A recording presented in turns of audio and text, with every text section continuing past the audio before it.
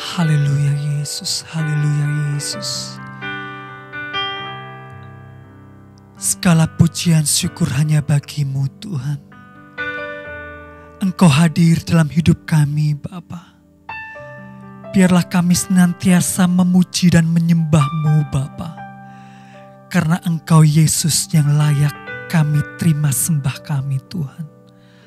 Haleluya, haleluya. Syukur Tuhan, syukur Allah.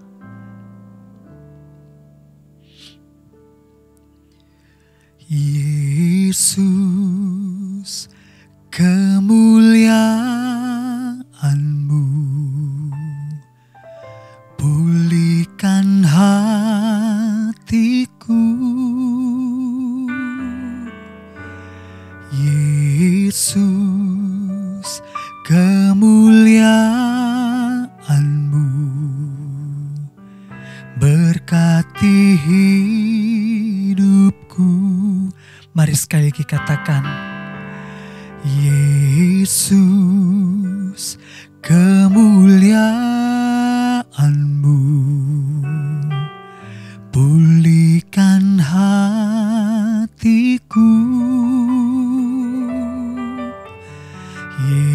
Yesus, kemuliaan-Mu berkati hidupku.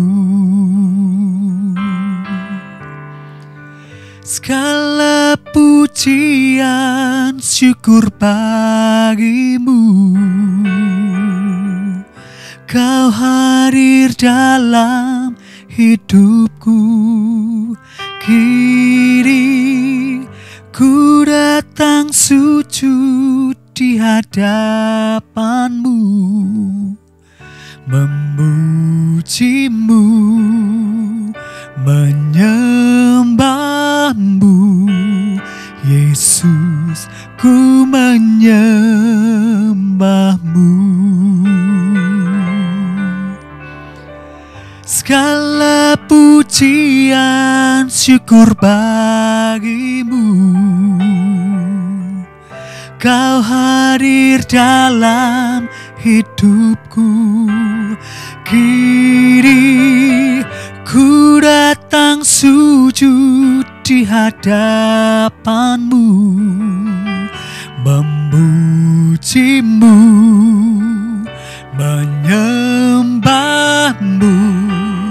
Yesus, ku menyembah-Mu.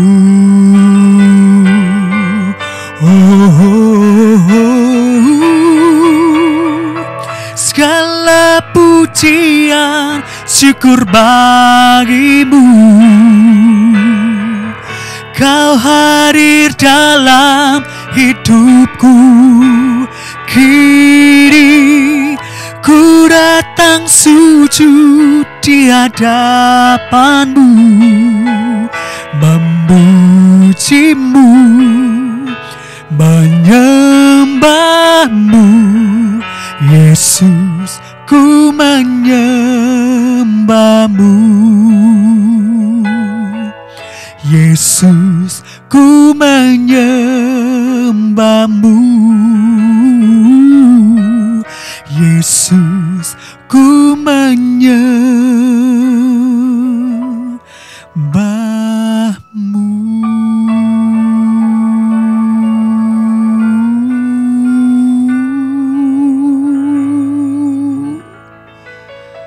Haleluya, haleluya. Puji nama Tuhan. Saatnya kita akan mendengarkan kebenaran firman Tuhan yang akan disampaikan oleh hambanya Bapak Pendeta Guana Tanjung. Tempat dan waktu saya persilakan. Haleluya. Shalom, jemaat Betani Sangkakala yang saya kasih. Kembali kita bertemu dalam ibadah bersama. Biarlah pagi hari ini, sore hari ini kita merenungkan kembali firman-Nya. Tapi sebelum saya menyampaikan, izinkan saya berdoa. Mari kita berdoa. Bapa yang baik, kami datang kepadamu dan kami minta biarlah kasih-Mu, kuasa-Mu, anugerah-Mu menyertai kami.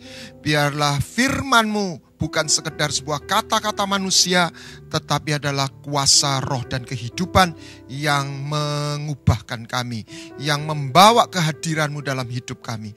Terima kasih, biarlah yang sakit Kau sembuhkan, yang lemah Kau kuatkan, yang susah Kau hiburkan, karena Engkau gembala yang baik. Terima kasih Bapa, di dalam nama Tuhan Yesus kami berdoa. Amin. Apa yang membuat orang percaya itu berbeda? Bukan karena dia lebih hebat dari orang lain. Bukan karena dia lebih pandai. Bukan karena dia lebih kaya. Tentu saja ada janji berkat, ada janji hikmat. Kalau kita lihat bangsa Israel, ada banyak penemu-penemu ilmu pengetahuan yang berasal dari bangsa Israel, bangsa Yahudi. Tetapi yang membedakan bukan semata-mata itu. Apa yang membuat kita berbeda dengan orang lain adalah kehadiran Tuhan di dalam hidup kita. Yesus tidak datang sekedar untuk kita beraktivitas secara rohani, apa yang kita sebut agama. Yesus datang supaya kita kembali mengalami kehadiran Tuhan yang adalah roh. Makanya menyembah Dia dalam roh, bukan menyembah Dia sekedar dalam ritual dan doktrin. Dalam roh, tapi juga kebenaran. Itulah tatanan. Ketika manusia pertama jatuh dalam dosa, dia tidak kehilangan agama. Dia kehilangan hadirat Tuhan. The curse of humanity is they live without the presence of God. Apa yang menjadi yang keluar dari desain manusia sebenarnya? Kita sebenarnya didesain untuk hidup dalam hadiratnya. Nah, ketika manusia atau makhluk ini hidup dalam hadiratnya, dia bukan sekedar menjadi makhluk yang fana, dia nggak menjalani hidup ini sendiri, tetapi dia menjalani hidup ini dengan satu kekuatan sorgawi. Ada satu kekuatan intervensi sorgawi yang menopang dia, karena dia terhubung dengan dimensi sorga itu. Seperti apa toh Pak? Saya tunjukkan bahwa saya bisa ke Amerika cukup naik sepeda. Yang benar Pak, nggak percaya. Saya naik sepeda ke Citraland. Saya masuk ke konsulat Amerika di Surabaya. Waktu saya masuk di sana, saya masuk ke area wilayah negara United States of America di Surabaya. Konsulatnya adalah orang Amerika, warga negara Amerika, tapi tinggal di Surabaya. Dia hidup tidak ditopang oleh keadaan dan peraturan Indonesia. Gajinya bukan berdasarkan UMR Surabaya, tetapi hubungan dengan pemerintah Amerika. Tapi Amerika pun adalah negara yang manusia bisa goncang. Nah, ketika seorang anak Tuhan, dia hidup di bumi, tapi dia terhubung dengan sorga, maka dia hidup dengan satu topangan kekuatan, bukan karena dirinya sendiri semata, tapi karena kekuatan sorga itu menopang dia. Konsulat itu dia tidak cukup hanya warga negara Amerika. Dia harus punya akses dan memelihara akses. Kalau dia warga negara Amerika sekalipun, tapi dia kehilangan kontak, maka istilahnya terhilang. Sebagian orang Kristen itu terhilang. Dia sudah anak Tuhan, tetapi dia terhilang. Karena dia lepas dari connect dengan terlepas dari hubungan. Nah, jadi apa yang mendasar dalam hidup kita. Apa yang kita tahu itulah ada harta. Sebab di mana hartamu, di situ hatimu. Di mana hartamu, di mana kebutuhanmu, di situ engkau akan mengejar. Perilaku kita akan diarahkan ke sana. Saya percaya kalau Anda punya deposito 1 miliar. Saya percaya Anda gak akan lupa di mana surat deposito itu disimpan. Karena itu harta. Di mana hartamu, di situ hatimu. Bukan di mana hatimu, di situ hartamu. Hadirat Tuhan itu adalah harta yang paling mendasar di dalam hidup kita. Raja Salomo, oleh karena ayahnya Daud, Tuhan tidak pernah mengambil hadirat, tidak pernah mengambil kuasanya. Dia tidak pernah menghentikan berkat bisnisnya, kuasanya, hikmatnya. Raja Salomo itu adalah orang yang mengecewakan hati Tuhan. Dia adalah orang yang diberi karunia demikian banyak, tapi dia menyembah berhala karena istri-istrinya. Karena perjanjian Tuhan dengan Daud, Tuhan tidak mengambil bisnisnya. Banyak orang, dia ikut Tuhan hanya karena ukurannya di situ. Tuhan tidak mengambil hikmatnya, kuasanya. Lalu apa Pak? Yang diambil adalah kehadirannya.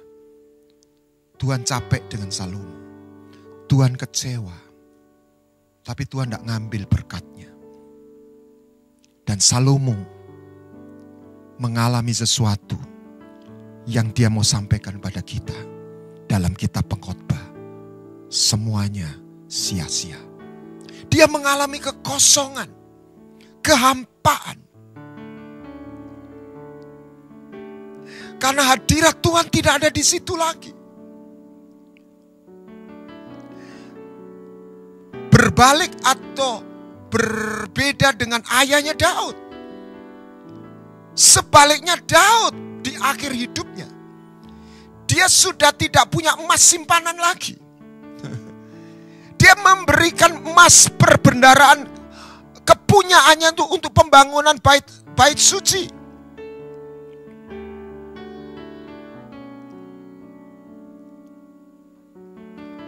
Tetapi dia mengalami hadirat Tuhan.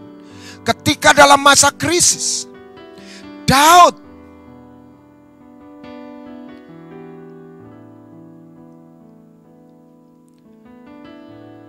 dia mengalami goncangan, tetapi apa yang dia lakukan? Dia rela kehilangan kerajaannya. Tetapi dia berdoa dan meminta pada Tuhan. Tuhan, jangan ambil hadirat-Mu di dalam hidupku. Haleluya. Dan Daud tidak pernah kehilangan kerajaannya. Sekalipun Daud tidak sekaya Salomo, tapi Daud hidup dalam hadirat Tuhan. Apa yang membuat kita berbeda? Membuat kita menjadi orang yang tidak berjalan sendiri di tengah masa yang sukar pandemik ini. Bagaimana hadiratnya itu bisa kita alami?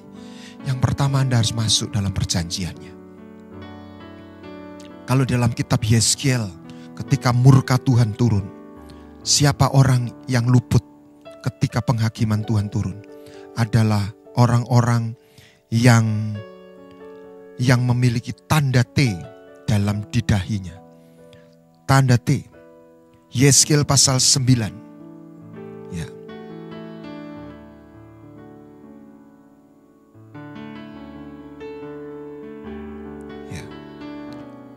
Ayat yang keempat.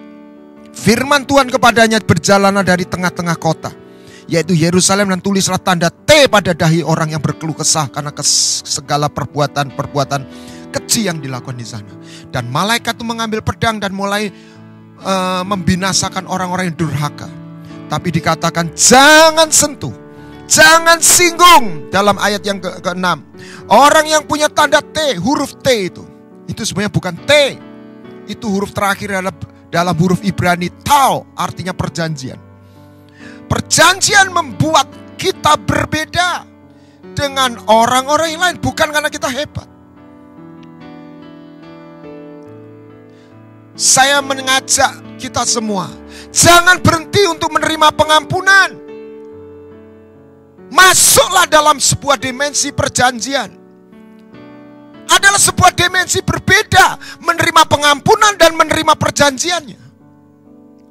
Anak yang hilang itu dia datang untuk meminta pengampunan, kebaikan.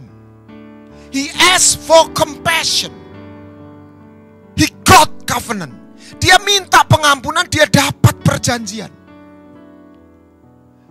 Perjanjian membuat status kita berbeda. Saya tidak ingin mengecilkan, merendahkan, tetapi ini hanya sebuah perumpamaan. Misalnya ada kumpulan orang-orang tuna wisma, orang-orang jalanan yang gak punya rumah, dia gak punya apa-apa. Lalu ada kabar ini, ada pembagian sembako. Wah, bener nih. Maka larilah mereka ke pusat pembagian. Dan salah satu pulang bawa 3 kotak nasi dan sembako. Maka dia diberkati. Tetapi dia tetap tunawisma. Dia tetap seorang gembel. Yang diberkati. Dia menerima kebaikan. Tapi itu bukan perjanjian.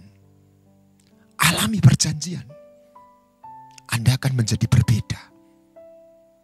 Nah, bagaimana kita hidup dalam perjanjian? Kita perlu menyediakan pijakan untuk kehadirannya. Karena perjanjian itu tidak pernah menjadi realita kecuali dua pihak bersedia menyerahkan hidupnya kepada pasangannya. Pastikan Tuhan itu menemukan tempat landing dalam hidup kita.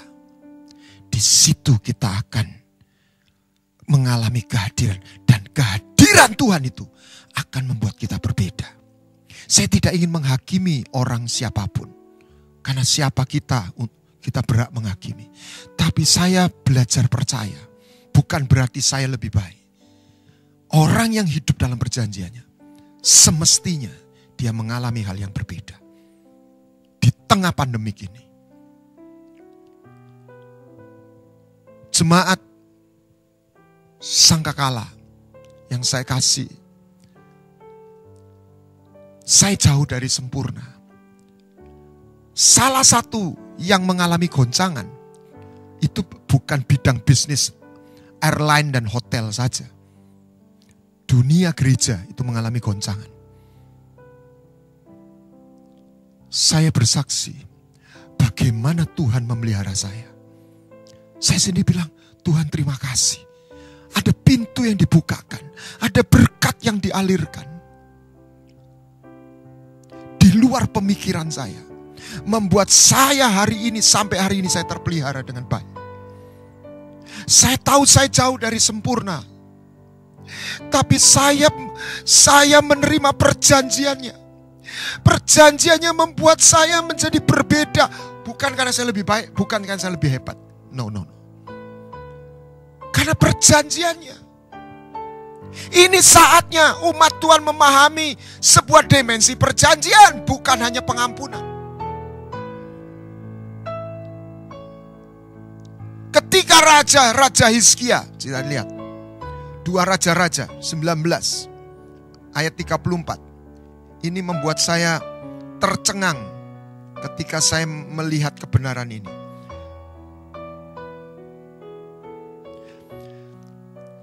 Tuhan berjanji dalam ayat 34. Aku akan memagari kota ini dan untuk menyelamatkannya dan oleh karena aku dan oleh karena Daud hambaku.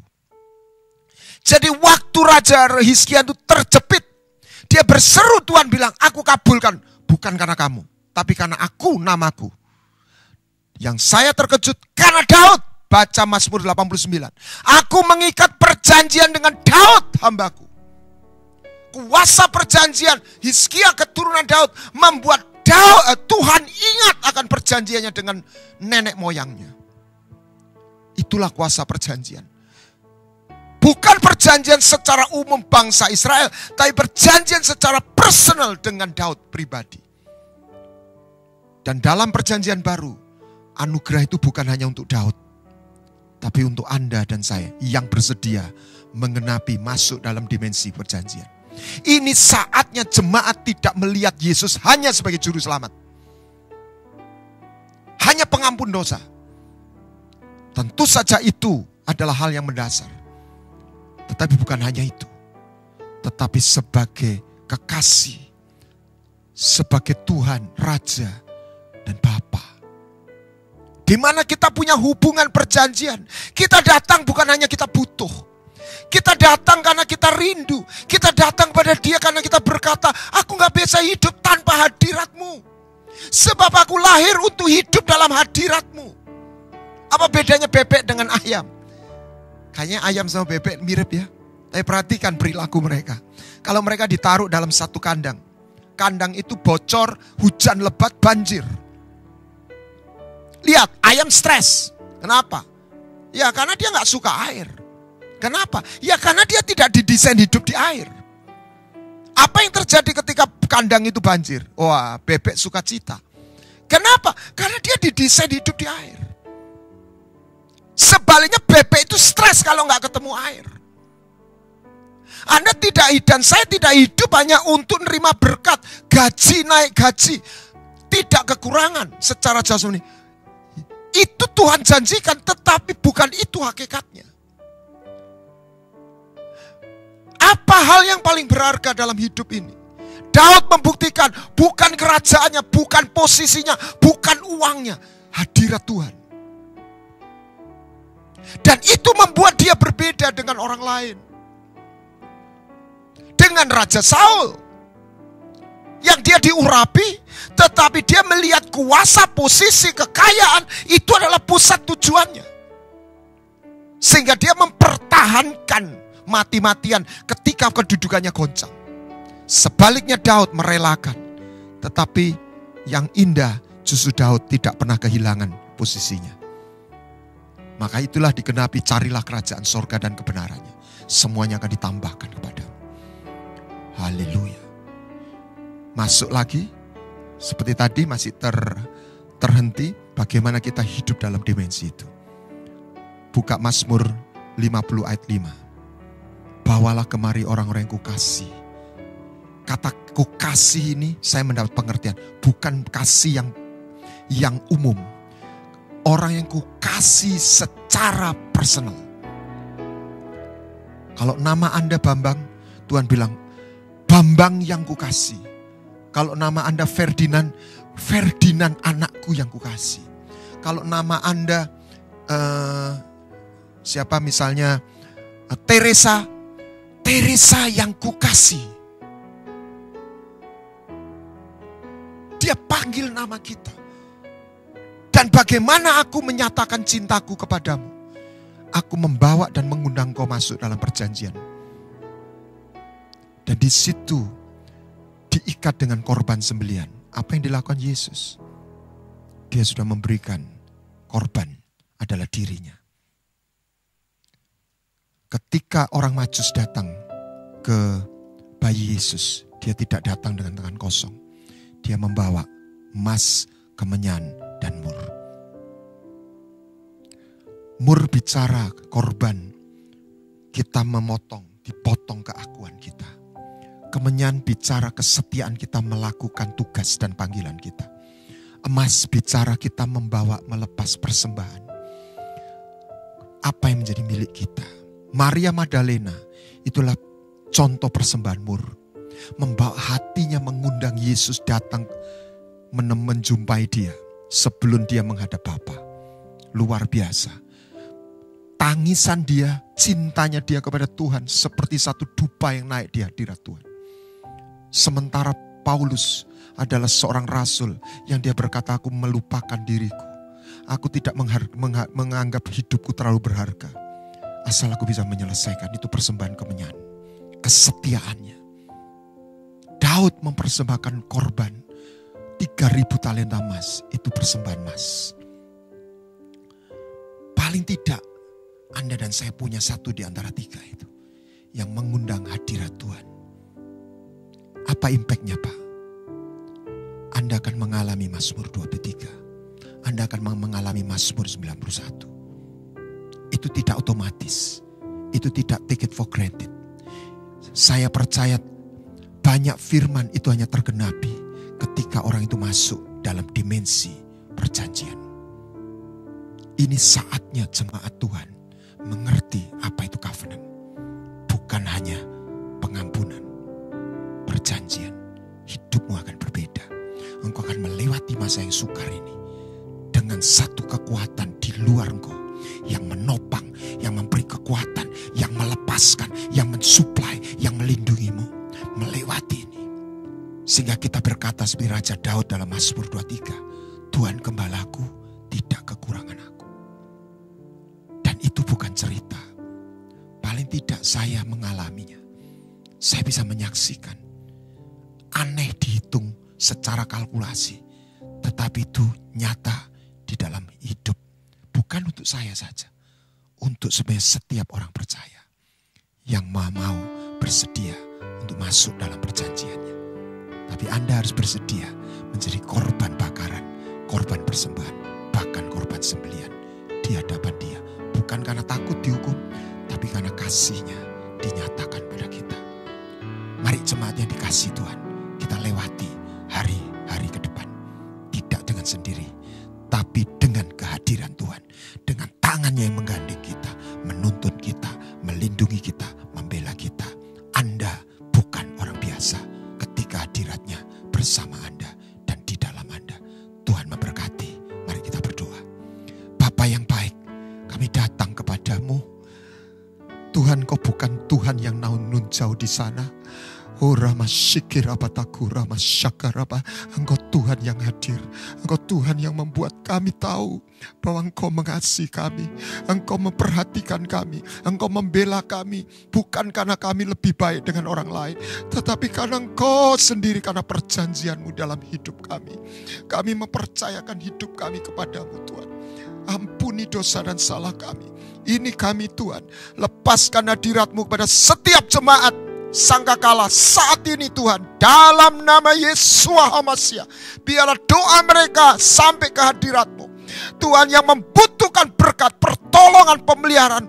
Biarlah terjadi intervensi sorga dalam nama Yesus. Yang membutuhkan kesembuhan terjadi, dilepaskan dan disembuhkan dalam nama Yesus. Ambil dan terima dalam nama Yesus HaMashiach Adonai.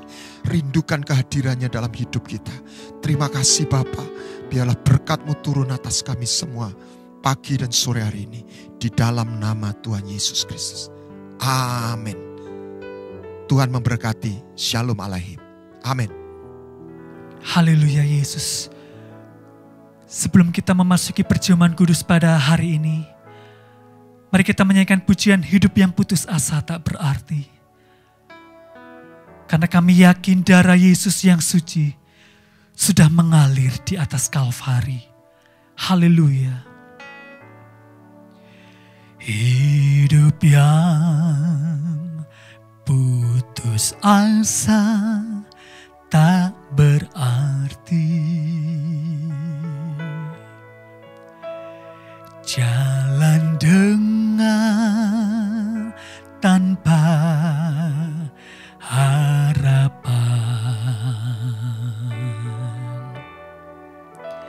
Lalu tangan yang berlubang paku menjamah jadi hidup baru.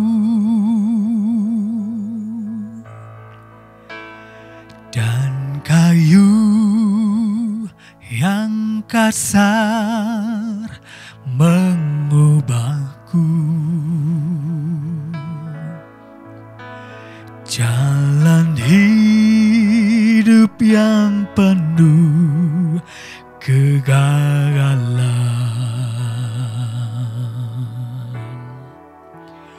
Ku puji Dia selama-lamanya, sebab salib mengubah hidupku, dan ku yakin darah Yesus yang suci sudah mengalir di Kalvari.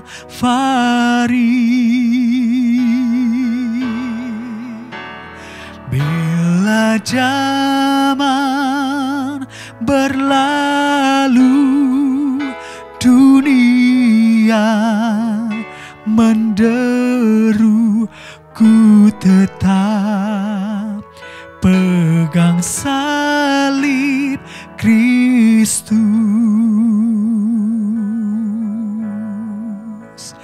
Ku tetap pegang salib Kristus.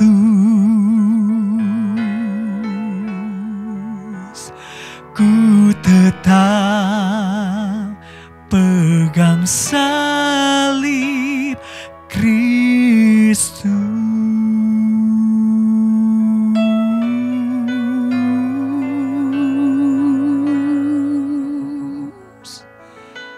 Amin. Haleluya. Mari kita angkat roti seketul ini sampai di atas dada.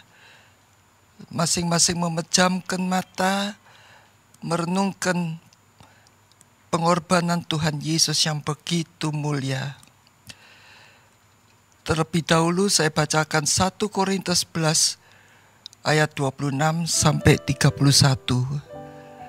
Sebab setiap kali kamu makan roti ini dan minum cawan ini, kamu memberitakan kematian Tuhan sampai Ia datang. Jadi barang siapa dengan cara yang tidak layak makan roti atau minum cawan Tuhan, ia berdosa terhadap tubuh dan darah Tuhan. Karena itu, hendaklah tiap-tiap orang menguji dirinya sendiri, dan baru sesudah itu ia makan roti dan minum dari cawan itu. Karena barang siapa makan dan minum tanpa mengakui tubuh Tuhan, ia mendatangkan hukuman atas dirinya. Sebab itu banyak di antara kamu yang lemah dan sakit, dan tidak sedikit yang meninggal. Kalau kita menguji diri kita sendiri, hukuman tidak akan menimpa kita. Dan ketika mereka sedang makan, Yesus mengambil roti, mengucap berkat, memecah-mecahkannya, lalu memberikannya kepada murid-muridnya dan berkata, "Ambillah, makanlah, inilah tubuhku." Adapun roti yang telah kita pecah-pecahkan bersama ini, bukankah ini adalah persekutuan kita dengan tubuh Kristus? Mari kita makan bersama di dalam nama Tuhan Yesus Kristus sambil mengucap syukur. Terima kasih Bapa. Biarlah aku di dalam Engkau dan firman-Mu di dalam diriku. Dengan demikian, bersama dengan Engkau, kami akan mampu mengatasi, melampaui melewati masa sulit ini dengan sukses. Dalam nama Tuhan Yesus.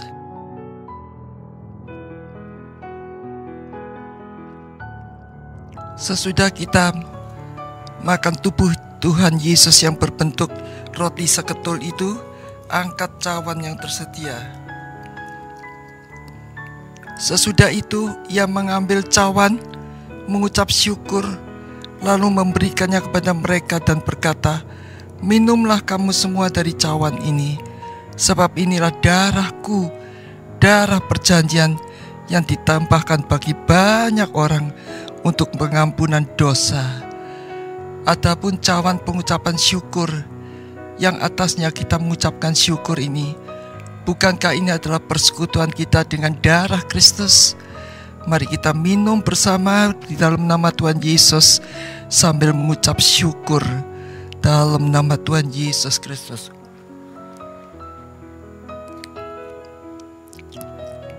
Terima kasih Bapa, kami bersyukur oleh tubuh-Mu, oleh darah-Mu, kami semua tidak binasa. Kami beroleh kehidupan yang kekal.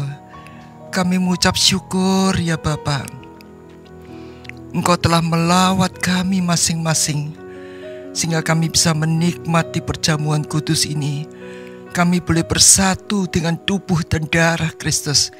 Kami baru boleh mati dan bangkit bersama dengan Kristus menuju kepada kehidupan kekal. Terima kasih Bapa. Terima kasih dalam nama Tuhan Yesus. Sembah Dia sambil mengucapkan syukur. Terima kasih ya Bapa Kuraka Pakashi Karawal. Dalam nama Tuhan Yesus kami mengucap syukur. Amin. Mari kita buka kedua tangan kita. Bapa, sempurnakanlah ibadah kami. Beri kami kemampuan untuk merenungkan firman-Mu dan melakukan firman-Mu ya Dada. Jemaat yang dikasihi Tuhan, terimalah berkat di dalam nama Bapa, Putra, dan Roh Kudus, dalam nama Tuhan Yesus Kristus, dari sekarang sampai Maranatha. Tuhan Yesus datang untuk kedua kalinya. Yang percaya, katakan amin. Shalom, sampai ketemu minggu depan. Tuhan Yesus memberkati.